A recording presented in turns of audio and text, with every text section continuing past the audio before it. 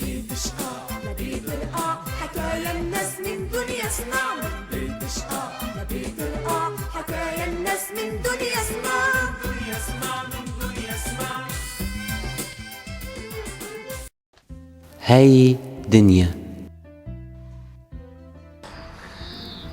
وهي طرفة قاعدة نايمة وعم تحلم. دنيا صارلها من الصبح عم تدور على طرفة.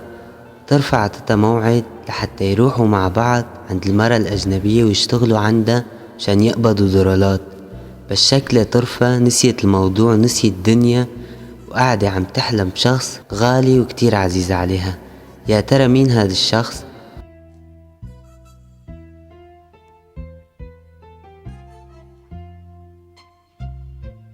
الله لا يوفقك يا طرفة يا حمارة، قلتلي عم تستنيني بهذا الشارع وانتي مانك بهذا الشارع. وين رحتي؟ الله يخرب بيتك إلهي.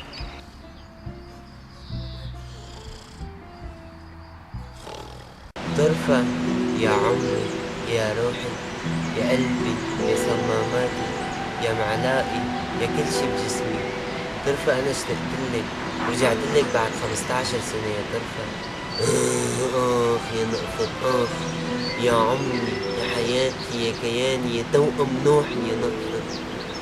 أنا كمان اشتقتلنا، مو مشكلة إذا الزمن فرقنا عن بعض، بس انقدر بعد 15 سنة جمعنا مع بعض يا نقفة. طرفة انت إلي، انت مو لحدا يا طرفة. نقفة مشان الله ما تتركني، خدني معك يا نقفة، خدني معك نعيش حياتنا أنا وأنت يا نقفة.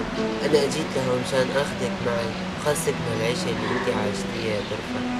15 سنة وأنا بعيد عنك، عم بتدمر كل لحظة ولحظة، واشتقت لأيام زمان لما كنت أجي وصلحلكن الغسالة يا طرفة.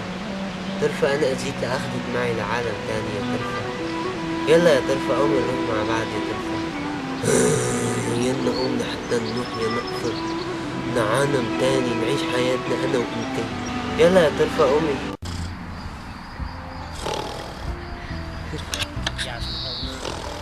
طرفة! طرفة! نقفت وين؟ طرفة! طرفة!